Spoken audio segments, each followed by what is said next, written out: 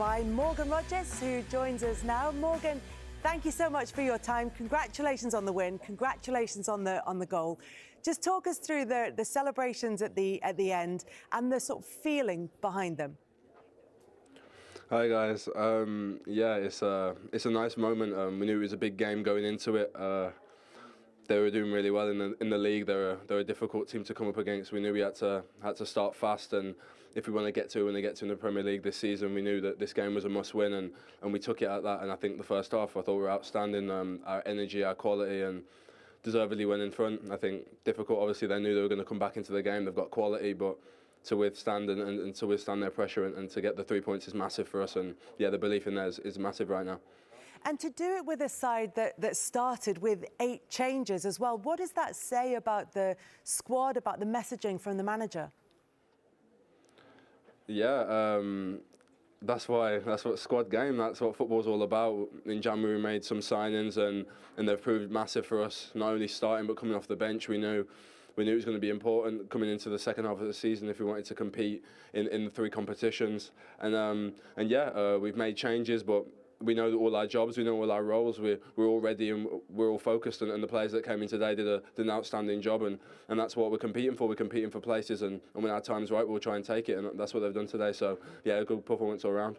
And Morgan, we've got probably your biggest fanboy here in the studio, so Jamie Redknapp wants to ask a question. You're going to do me like that on national TV, Kelly? Really? Morgan, yeah, I'm a big fan, I'm not going to lie. I love the way you play. I want to talk to you about your goal. The fantastic touch, and obviously a lovely finish with your left foot. You just got in behind Morata. I don't know if you realised at the time that he was doing his shin pad just before you made your run. Yeah, I saw him not looking, and then once Yuri gets the ball, I know I've got to move because he's got the quality to pick me out from anywhere. And yeah, I knew it was just making sure I get my first touch right to get the opportunity, and luckily, yeah, it felt perfect to me, and I was happy that I could put it away. And it was a silky touch. It was beautiful first touch just to get it where you wanted it. That must have felt good. And then all of a sudden, then you just got to concentrate on the strike, I guess. Yeah, when it's coming over the top, you can hear the crowd kind of like oohing, and you just want to make sure that you're calm and composed in that moment, just to get the clean strike off. And yeah, I was happy to do so. So yeah, it's a good touch and a nice finish. And your form, it felt like I was at the Arsenal game when you were fantastic in that midfield and you ran it. And I don't know if it was for you, but it certainly felt like a breakthrough moment for everybody watching you, and you've just gone from strength to strength. Did that moment almost give you the confidence? Because now it looks like, you know, you're in such great form. Yeah, definitely. That people probably didn't know a lot about me before that game, so yeah, that was probably the one where people started to recognise me, started to notice me a bit more on the pitch. And yeah, I've just tried to improve. There's been some difficult moments where teams are trying to stop me and stop my strengths, but that's the challenge of football, and that's the battle that I love. I want to try and improve, I want to try and get better, and yeah, I'm playing with confidence right now, and the team, the manager, they give me belief to go and show my strengths and to show what I'm about, and I'm happy I can just contribute into winning ways, and hopefully it can continue. Morgan, the positional play in the first half of yourself and Marco Asensio caused for us real problems. You know, playing with the 2 10s like that, dropping into them little pockets.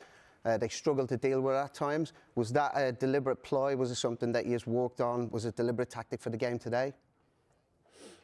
Yeah, we've got obviously versatility in the team and different types of players for different types of positions, and we've been managing and mixing it lately. And yeah, this was the plan to go into this game and to try and cause problems and to offset and to see how they would mark it compared to how we played them in the first game, and they were quite compact and tight, and we knew that obviously the space out wide for our fullbacks would be key as well, and trying to just cause problems and just get into little pockets, into little spaces to try and create and cause kind of havoc for the people defending, and then trying to improve and trying to get forward onto the pitch. And yeah, luckily it worked, especially in the first half. I thought we were kind of attacking on all fronts, whether it be out wide or in the centre, and yeah, it was working well. Morgan, it's a great start to a week where you've got a big game in Paris on Wednesday. Yeah, massive game.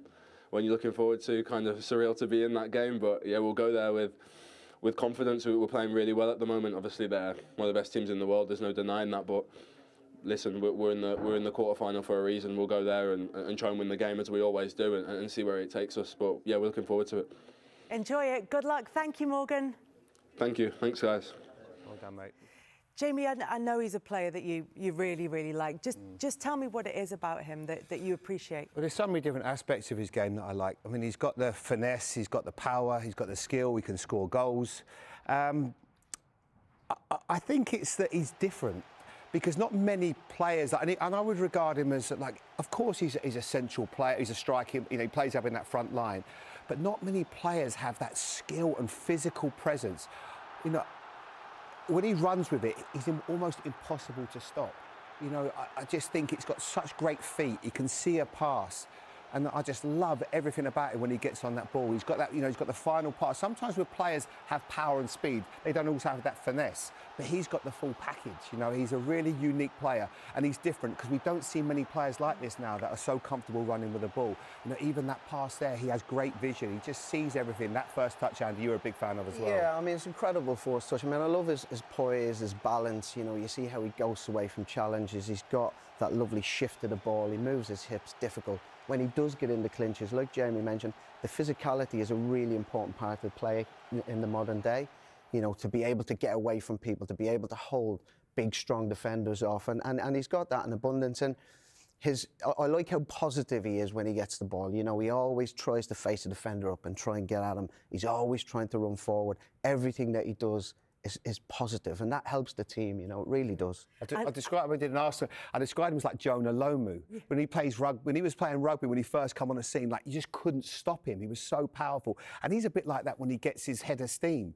He just holds people off. But it's all right holding them off, but you've also got to keep the ball where you want it. And not many people have that, what you would call that full package, and he's such a talented player, and I'd say a bit of a breath of fresh air to a certain extent, because a lot of players now, they get it, they keep it, they give it simple.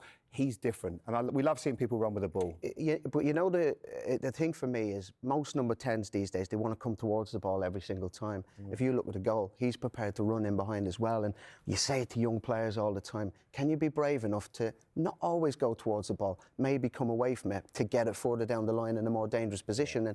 And his forward run and the timing of his run, and I know we run about Morato's defending, but the timing of the run, the first touch, and You'd hate to play against him, wouldn't you? Because you'd have to keep running back. Yeah, he's just so. We'll have a look at his goal, because it was a good goal. It was a good team goal as well, and I think it shows. He mentioned it before, and I think what Aston Villa did really well in the first half, they were so bright. And the first person I want to just highlight is here. Youri Tielemans. First half, he was so good. He controlled the game. They couldn't get near him. There was almost like a force field around him where he had so much space, and they didn't really know whether to go in and engage or let him have the time on the ball. And once you give a player like this time, he can dig out passes. That is a beautiful pass. He sees the pass. It's a good, obviously, first touch that he spoke about, Morgan, and then he just beautifully dispatches it. But I just feel from Nottingham Forest's point of view, there's two things they get wrong. Dominguez is playing as that right wing back. They really missed Oleana today. I think he's an exceptional player, got power, and he defends extremely well.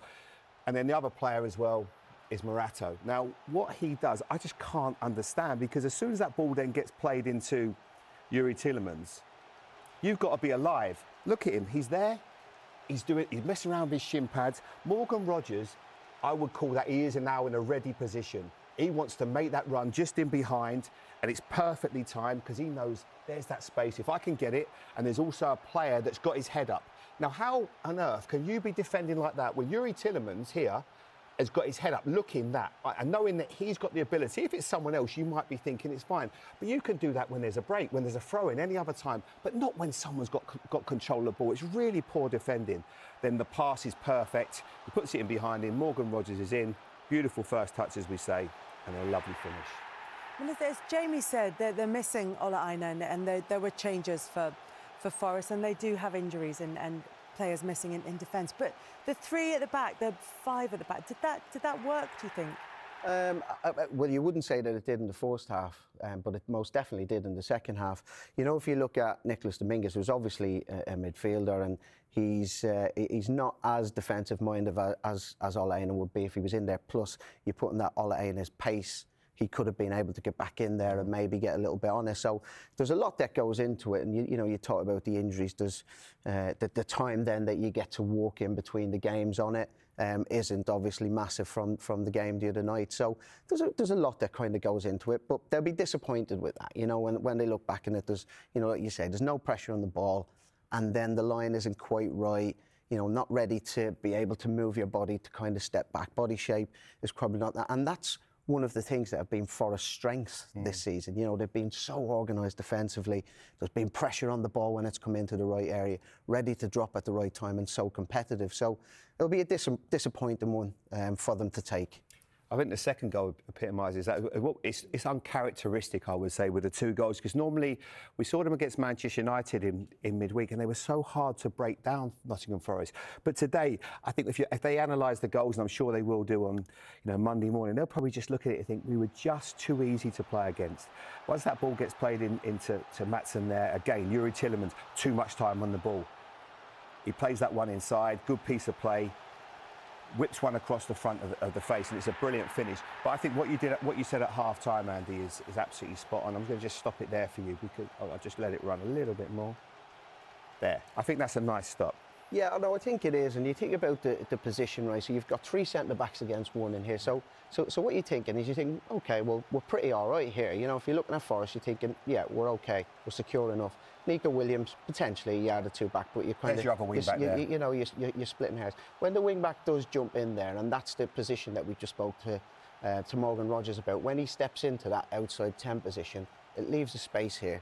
So Maatsen's going to look to hurt that. Which gives Yates a problem as a midfield player. He gets in a bit of a problem. But look, Yates is good at that, so you'd expect him to get in and deal with it. It was a good piece of play. And then if you play it on then, and you just see kind of how it develops. And then Neco Williams from here... Just go slow for you there, mate, because Neco he's never really got I think he's already in a bad position. He's got to get goal side and almost check his left side, but he's not really seen where he is now, is he? I think Neco's expecting him to dip in and then come back here for a cutback. And then you see that little check of his shoulder. He looks on the outside, doesn't quite get there. And then in the Premier League, if you switch off for that split second, it turns out to be a goal. And that's how it is. And again, a little bit, very much uncharacteristic of this Forest defence, because they've been so switched on and so bright to their moments. It's also a great ball as well, isn't it? The ball, the delivery by Marlon. And I think I would regard that as almost like a Mohamed Salah goal, where he gets in between, like the whips of the post. And Marlon needs to do that in the Premier League, because a lot of defenders don't want to really find himself in that position, especially wing-backs, as he was there. And he was almost playing as if once... I think Neco would regard as more of a right back or a left back. Playing wing back gives you a different proposition, because sometimes you feel, well, I'm safe. I've got my left sided centre back there. He was never safe. He had to get into a position where he's a bit more goal side, and I think that was obviously the major problem. Look, we do tend to focus a little bit on what went wrong and what could Forest have done better, and we've covered that. But that was a brilliant piece of skill, and he's whipped a great ball in there. Yeah. So sometimes you've got to go, OK, well, that's good play. Yeah, we could do a little bit better, but it was good play. And also, as you said, Forest did do better in the second half. Nuno made a couple of changes. Jota came on, and the goal came from him. He caused problems for Villa, didn't he? Well, what he does is he brings energy, brings desire, and he went on the front foot. Now, what you find happened, when he went on the front foot, it almost forced the Forest midfield to kind of come with him. So there's more pressure, more intensity, and then that forces then the back line then to be further up the pitch. So if we look at what we probably didn't see, if you hold it there, so yep. if we look at what we didn't see in the first half, which was pressure in these kind of areas, pressure here, you see pressure in these tight areas, and then they're prepared to defend 1v1 with Murillo because he's so quick. Milenkovic then is all over Watkins here, and he's thinking, right, I'm going to win this. Ryan Yates in a brilliant position, which he does brilliantly well. So you play it on there, you win that first ball, you then get on to the second one. Here, so the ball goes out wide, and if we can just hold it there, and then we look, you've got 1, 2, 3, 4, 5, 6 Forest players in there, so they can cause some problems, which we didn't see in the first half. So there's a mentality shift there. They know they've got to get back into the ball, into the game. They know they have to get on the ball a little bit more and kind of make things happen. So this is then good play from Neco Williams, good cross into the box. Jota takes it off Elliot Anderson. I'm not sure Elliot Anderson was too happy at the time, was he? Until he seen it hit the back of the net. But, bright play. You see decent bit of movement. And if you look at Mings there, similar problem to what Neco Williams had in the first half, where Jota comes across the front of them, good strike. The amount of times we see balls go through players' legs as well, it becomes really difficult for the keeper. Takes a slight deflection, and then Forest are back in the game. Yeah, he added energy. He added what we all call, I would say, nuisance value, because he ran, he chased, he got after them. He almost changed the tempo of the game, because in that first half, they were I would have got a bit passive. You know, they let players have too much time. Asensio had too much time. Tielemans had too much time. He started to foul. He started to break up the play. And that then became contagious for everybody else. And he brought so much energy. And he almost single-handedly brought his team back into the game. And you could see the Villa players starting to get a bit edgy then. You know, they were starting to get a bit concerned. They were kind of pushing him. And he was, you know, and they were taking the concentration off the play then. And then Forest started to grow into it. And I actually enjoyed Forest's second-half performance. I thought it was a good second-half performance. You know, we speak about Morgan Rogers in the first half. Well, Morgan Gibbs-White started to come into it in the second half, and he starts to get on the ball. He starts to dictate the tempo. He starts to create more chances, and there were some good chances in there. And that's where you need your subs to come on. Make an impact, Kelly, because it's sometimes subs come on, we're losing 2-0. You want me to come on now and try and help the team? Some don't. He certainly did. He had a great energy to it. I thought he was exceptional. And they were incredibly unlucky not to get something in that second half. You know, with Murillo obviously hitting the crossbar, it could have gone the other way. They could have nicked a draw. I think in the first half, if you look at it from that perspective, Villa were far superior. But second half, they certainly made them edgy, that's for sure. Let's get some more Forest reaction. Neco Williams is with Juliet Farrington. Neco, 100 appearances for Nottingham Forest, but not the results, and probably not the first half performance that you were wanting here this afternoon. No, 100% the first half let us down. We weren't good enough the first 15 especially. They created way more chances and dominated the first half. So we came in and things had to change, and second half it did. We created many chances. So we dominated the second half, but at the end of the day, it's the goals you need, and unfortunately we just couldn't get them today. It's the frustration as well, like you say, creating so many chances but not being able to finish them off. And obviously you're missing key personnel too. Yeah, it's frustrating. Like I said, we created many chances, but we just couldn't get it over the line. So that's why it's so frustrating. But the positives are there. If they weren't creating chances, then that's a problem, but we are. Like I said, we just couldn't get it over the line today. Just going back to the first half, the first quarter of an hour, 2 goals conceded. That's very unlike Forest, isn't it, this season? Yeah, that's what let us down. Normally we are so compact and strong the first 15 minutes because, you know, that's when teams can get at you. And unfortunately today they did. They came out as the first 15, got their goals, and that's what killed us. But the reaction we showed, I think, was a positive. We came out second half with a different plan. It worked, but just not enough. The reaction, but also the recovery that Nuno was talking about this week. You've got a whole week now to get yourselves back together, haven't you? Yeah, 100%. We're straight back in, back to the training ground to do our recovery bits, and then back on the grass to work towards Everton, which is obviously going to be another massive game. These last final games now are huge for us. And all we could do now is just focus on the next game, and that's obviously Everton coming up. You talk about them being huge games finally, and people were talking ahead of this one saying it was an important game for both teams, bearing in mind what you're trying to achieve this season. It's still very much as we've seen from Forest, when you've had those setbacks, and there haven't been that many, you've recovered well. Yeah, I think it's important. It's the mentality of them setbacks.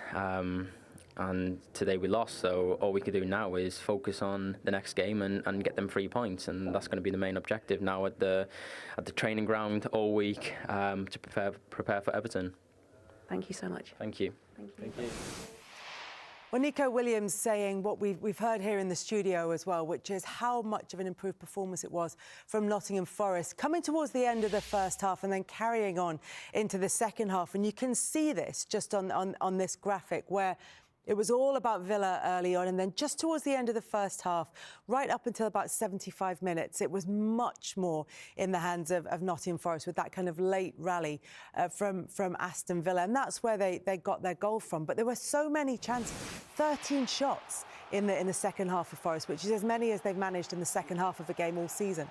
Yeah, as you said, it's a mentality shift. Come back out in the second half. Here's a chance for Neco, who's a brilliant finisher, by the way, and probably he'd be disappointed he didn't hit the target. You know, there's some excellent chances in here, but some really good play.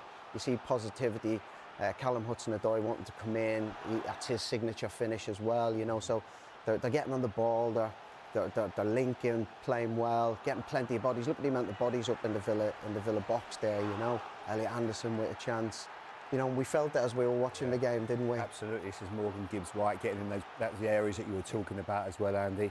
You know, and this one comes to him. Just can't quite get it on target, but they got some really good chances. And Gibbs-White started to have a real influence in the second half. He's an important player. He just finds he's got to get into the box. You said you'd rather him head it than Callum here. Yeah, look, as much as I love Callum, I know that Morgan Gibbs-White is a better header than him, and you know, it's disappointing. But you see that as ball manipulation and great way to pass. Neco getting in there, it's just coming away a little bit. And at this point, Villa are really, really worried. We've seen a shot of Emery, and he's what about this? How about this strike? He's got, well, look, we know he's got this in the locker. You know, it's incredible, especially when you see it from this angle. He's got some left foot and some amount of ability. Pure. But they're so worried at this stage, Villa. You know, we mentioned Emery. He's on the touchline. He's making his changes, and Forest really had them rattled at certain points in the second half. Questions of Aston Villa in the second half. The first half, though, was it difficult to sort of adjust to the rhythm and the pace of the match? Yeah, second half, the first half we didn't start well the game. We didn't start well the game. Villa had the control, had the chances, had the goals. Second half different. We had the control, we had the chances, but we didn't score. Probably one of the matches that we created more chances, more clear chances. It's one of those, isn't it, where you were forced to make changes because of personnel who weren't available, and it was just trying to find that team togetherness in the first half, trying to do the right things. Yes. Like I said, first half was not good. We were not organised. We didn't block the lines. We allowed Villa to play, to break us. It became much harder. In a way, I suppose you had to make that change then at half-time, didn't you? Yes. Try to find solutions for the second half. I think the boys in the second half show a better game. As disappointing as it is, losing the match today, you've had a really positive season so far, and you've bounced back, haven't you, from setbacks before. So this, in a way, you know how to overcome this. Yeah, this is the game. Like I said, was probably one of the matches that we created the most, and we didn't take on nothing from the game. Now it's about recover, because when you lose, you don't recover so well. All the miles come to your mind, but we have a good week to regroup and play against Everton. When you say come to your mind, what kind of thoughts do come to your mind? I mean, people talk about Champions League and you're in the strong position that you are. Is it about keeping that on track? No, I was mentioned to you was the effort that the players had to do in this schedule. So it's always easy when you are in a good moment. So everything comes smooth and everything flows. So now it's not so good. It requires a little bit of patience. Try to regroup and go again for the next one.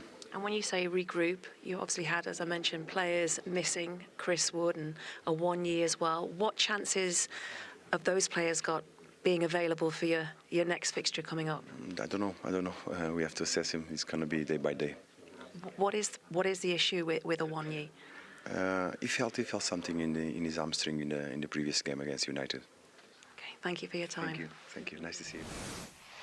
Well, a smile at the end from Nuno Espirito Santo, because he will know when he looks at the table that despite that defeat, Nottingham Forest still find themselves in third place in the table. Even if Chelsea win tomorrow, they won't be able to catch them. They'll move to within a couple of points of them, but they won't be able to go above them. And with 7 games left to play of the season, Opta are saying that they have an 88.4% probability of finishing in the top 5. Now, look, Liverpool and Arsenal pretty much guaranteed that finish. Chelsea, Manchester City, Aston Villa, and then Newcastle with 58. They've got a game in hand, Newcastle. And also remember they're factoring in. They've got 2 games in hand on Forest and a game in hand on the ones who are playing tomorrow. But the point is that they're factoring in the opposition. And what they know about Nottingham Forest is that of the teams who are remaining, these are the scorelines in the reverse fixtures. So they know that they've got opponents in there that they can beat, and only Chelsea are in the top half, and it might well be sealed by then. Yeah. I know you don't want to say that, Andy. I'm saying it. You're not saying it. Yeah, I mean, like I look at the fixtures, and there's definitely points to be had there for for Forest. There's no doubt about that. I wouldn't read too much into this because a lot changes. Some of the games are away, teams are different stages. So I wouldn't read too much into that. But I look at the teams, and I think there's definitely points there to be had. And I don't think this will knock them too much. I think it's a tough place to go. Villa Park's a tough place to go for anybody. Villa are a really good side. Forest have gone there, given a really good go. Could have easily got something out of the game in the second half. So for me, it's... And the manager will be saying that because he's a positive guy, So he'll be saying, right, OK, well, let's just regroup. Let's go again. We're in a great position. Look what we've done all season. Look how we've been able to bounce back. There was a couple of defeats where they lost to, I think it was Fulham and Newcastle. And then they went and won 4 on the bounce. So that's how you bounce back from situations like this. But by no means, it's disappointed you lose, but it's by no means a disaster, And while the players and the manager and the staff are going to remain focused, can the fans get excited, Jamie? Yeah, and they should be. But predicting results, league positions this time of the year is for mugs. Trust me, I've done it plenty of times and I've got it wrong plenty of times. Because what you have to factor in right now is what Forest have done this season is nothing short of remarkable, considering where they were last year where they just about stayed up. To be in this position is incredible. But then you have to factor in there is going to be nerves. What they don't want to do is obviously maybe lose a couple of games. You start to look over your shoulder. You look at Newcastle having 2 games in hand. And it isn't if they win those 2 games in hand, they go a point behind them. And then you look at the likes of Manchester City and you think, God, can we hang on here? They need a couple of wins just to make sure they're in that position. Because right now, I would rather be in their position because they've got the points in the bag, but there is still a hell of a long way to go. This is not going to be an easy one by any stretch of imagination, but they've earned this right. But the quicker they get their players back, I'm not sure Chris would have 3 weeks or so or 1 year. They need those players because that focal point that you spoke about at the start of the game. Yeah, no, I think it is really important. But anybody would miss their big players. The amount of goals that Chris would have scored this season, and then Big Tower when he's come in has been a real handful. So anybody would miss them types of players. So they will want to get them back, definitely. But you mentioned the fans, and I think it's really important that we touch on them. And, you talk about getting edgy and what have you. Since Forest have been promoted, the fans... in the promotion season, the fans have been incredible. And the times when we were struggling a little bit with relegation and you're kind of close to the fans have turned up and the noise has been incredible and it's lifted the players. So they will bring the noise, they will bring the energy at the City ground. I mean, we even seen it during the week against Man United. They get the players on the front foot and they really support them. And given what's to come between now and the end of the season, even just looking at where Forest are comfortably in 3rd place in the table, going for a place in the Champions League next season. I mean, they're doing as well in the league as they have done since almost the last time that they won the title in 77-78. It's worth remembering as well, this is a side who've won the European Cup twice. They have European pedigree, and they might well be back at the very top table of European football. I mean, it's an incredible position to be in. Look, I know I'm biased, obviously. I've got a great connection and a brilliant history with the club, but it's a phenomenal club. It really is. When you walk into the stadium, when you see the names on the wall and the history that the club has, it's really proud to be part of it.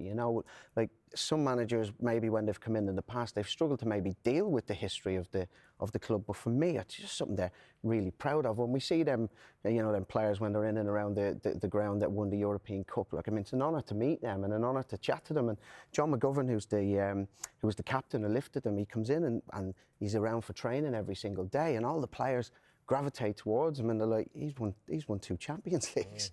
He's lifted it. So it's an incredible place to be, and it's an incredible story that's developing. And the players and the staff won't want to get too far ahead and be thinking that. They're just focusing, right, how can we get a result against Everton?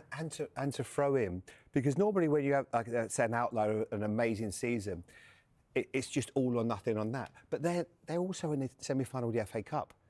It's just been a phenomenal season. So what they've done, and they're riding on this wave and they're enjoying it and they're playing so well, but they just want to make sure they end it. They want to make sure they get to that last day of the season and celebrate top 4, because Champions League football at Nottingham Forest would just be phenomenal because, like you say, because of their history, because of what they've achieved in the past.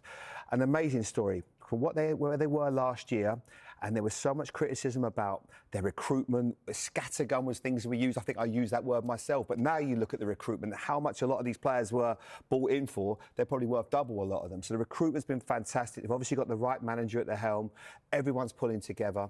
Like Andy said, it's a great place to be. Yeah, I just think the building blocks have been put in place, and you know, the season we got promoted, we ended up with probably 6 senior players by pre-season. Next season, people going back on loan, people out of contract, you know, because it was unexpected. Steve Cooper came in and done an incredible job to get the team promoted, but slowly it's just started to kind of figure itself out. You know, technical director Ross Wilson, he's brought a real camp with the players that come in. The owner is incredibly generous towards the club. He wants, you know, he's ambitious. He wants to grow as much as he can. And the development, not just with the playing staff, but also there's plans to redevelop the stadium. The Peter Taylor stand is going to get done. And also the training ground, the amount of work that's going into the infrastructure, the staffing structures, the amount of staff that we've got now, which was needed. Everything feels like it's moving towards Forest being what the aim is, to become an established Premier League club. That was, would you be fair to say that was a big win for Aston Villa tonight? Yes, big win. Can you talk us through the game then, the start that you had, the electric start in the opening 15 minutes? Yes, we started dominating.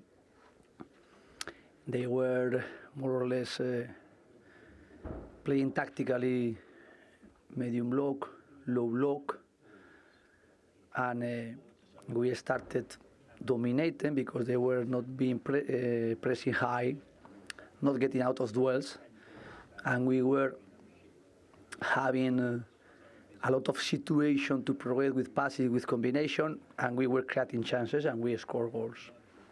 The first half, more or less, was only 2 transitions we conceded, and they had as well some chances. The second half, I am not happy, because the second half they were changing their tactical idea. The second half taking more duels aggressively, pressing higher, and we were not dominating this situation like I think we have to. But even like that, we had another 3 chances to score, 3 or 4, but we conceded more than normal as well to get our box. They scored 1 goal, and we managed more or less after their goal, creating as well some chances, but we were always in risk to draw the match. But of course, this victory is very important. I am very, very happy with the victory. As well, very demanding myself to try to analyze and improve things we did. But of course, the most important today is the team, how they responded the team. The match we are playing a row last Sunday, Preston, last Wednesday, Brighton, today as well, trying to use some fresh legs, and as well some players after a long time they weren't playing because they are coming from some injury like Amadou Nana, and I am very happy overall with every players, with the team, how they respond on the field. You talk about the demands you have on yourself. We know you have such high standards as well as far as your team is concerned. It was edgy, it was nervous in the second half. Was it relief at the full-time whistle for you? Yes, I did the analysis more or less, the first half, the second half, and this is my assessment about the match we played today. And happy, because we have 3 points more. Happy as well that you're still on track for a Champions League spot for next season, and Champions League as well in midweek in Paris. What did you learn then from the second half of that performance, from the team that you put out there today, that you can take it into that Champions League match? It's going to be a very different match, very different. In Paris, even more. And of course, we are going to play two matches. The first leg in Paris next Wednesday, and then coming back here next Tuesday. Of course, we are going to try to prepare 2 matches, but separate the first match away and second match at home, but completely different like the match we played today. I spoke to you before the game about the squad depth that you had, and we saw that today with the team that you selected. overall, are you happy? You must be happy with the squad that you have, because you wouldn't have known the changes that you made. It looked so sharp in the first half, had so much energy about it. Is it the second half that concerns you? Yes, we needed in Preston as well, the players being used and getting good impact when they were playing. On Wednesday as well, in Brighton, and today as well, they showed it. Of course, it's very important to try to manage as well now the players we have, trying to get the best of them, playing the starting 11, playing, being used and getting after the bench, and of course, we are more or less now with the players available and recovering as well. Ross Barkley is as well Lamar Bogarde outside. Leon Bailey, I think, hopefully he can be available for next match in Paris. Of course, different options, and we have to prepare the team not only for 90 minutes, not only for the first for 90 minutes, as well for some players playing the 30, 25 and being really good impact like they did. So happy with the win. Do you feel happy going in Yes, very happy. to the game? Yes, very happy. Well, good luck in Paris. Thank you. Thank you so much. Thank you. Okay, bye. Thank you. Well, you could tell towards the end of that interview that he really wasn't happy with that second half performance from Aston Villa, and they do have, as we keep mentioning, that huge game against Paris Saint-Germain in Paris in midweek in the Champions League. But in terms of the games that are coming in the second or the last few stages of this Premier League campaign, there are winnable matches in there for Aston Villa.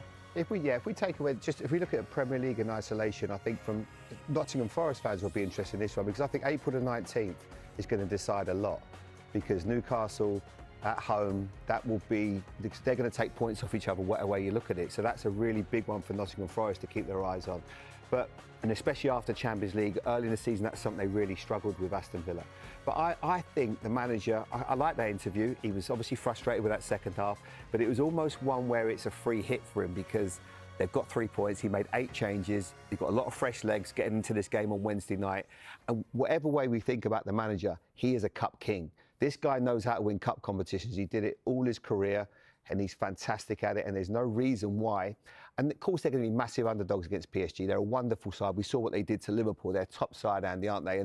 But he'll look at it and with his team and think, you know what, if I can get my tactics right, if I can cause them enough problems, get them back to Villa Park in that second leg, which will be red hot, you never know. Now, I don't think it's going to be easy at all, but they've found themselves in a really good position.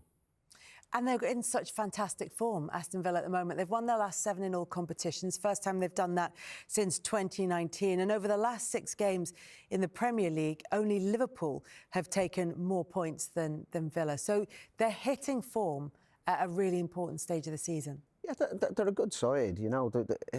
It's been difficult for them trying to manage on 2 fronts with the Champions League and the Premier League, which is probably why they're slightly below maybe where they feel they should be. But in any given game, they can win the game. And when you've got a manager like Emery, who I really, really like, I think he's one of the best managers in the Premier League. You know, he's able to adapt, he's able to change when he sees there's a problem. I love how they create that box in the middle of the park, you know, whether that's wingers coming in and fullbacks playing high, or fullback coming inside, dropping 2 6s down. I think it's really, really clever stuff, and it gets them in the game. But also the flexibility in that. And I'm reading into what Morgan Rogers said, and you know, and when we asked him the question tactically about where they were, how they knew Forest were going to clog up the centre of the pitch. So then can they drop the 10s a little bit wider on the outside, and can they get the fullbacks into the game a little bit higher and try and hurt Forest on the outside, which they did in the first half. So I think as a coach, you're always problem solving. You're always trying to figure out, right, what are the opposition going to do? How are we going to get on the ball? How are we going to dominate? How are we going to score? And how are we going to stop the transitions? And, you know, I think he's one of the best for figuring out them problems. So he's got it right tactically, and he's also got relatively fresh legs in that squad, because he's been able to make 8 changes for this game today. And it always goes back to that January transfer window where they brought in players who hadn't really been playing a lot of football this season, or certainly not, you know, intense midweek, weekend, regular football. So he's got that as well on his side. Yeah, and I think probably on Wednesday, I'll be interested to see what his team is. You know, if you think about it, mate, he could always get a different back four. Cash, Konsa, Pau Torres and Digne as your back four. In midfield, I expect him to go with Kamara and Tielemans maybe as a 2 sitting. Morgan Rogers will obviously be in there as well, who played today. Rashford, I expect he's had some amazing nights in Paris, you know, when he was a Manchester United player. So I think there'll be a lot of changes, and he's got fresh legs, but that's what you've got to do right now. You're going to have to find a way. He's managing his squad. And when you make 8 changes, you know it's dangerous. Whatever way you look at it, even though you're bringing in a lot of really good players, it's still a dangerous game to play. But it paid off today. It was tough second half. They had to dig in, but they still got those vital 3 points. And that's what it's about this time of the season. It was a risk. It was definitely a risk. And you look back at it now and it paid off. Probably just when you look at the second half performance. I'm interested to see where they go with Ollie Watkins and Marcus Rashford. I'm really interested to see how that dynamic pays off. You know, do they play them both together? Does Marcus Rashford play as a 9? Ollie Watkins, I wouldn't say he's in the best form that he's ever been. So I'm interested. But I think the only thing is with that, and I think you have to have him for his energy. I just think right now he gives you that. He gives you something that Marcus doesn't do enough. What he does is he stretches behind a lot, and then when he stretches and teams have to drop off, then you get Morgan Rogers, you get Asensio coming into the pocket, you get more space for Rashford. So I'll keep an eye on that one and kind of see how that one pays off. Yeah.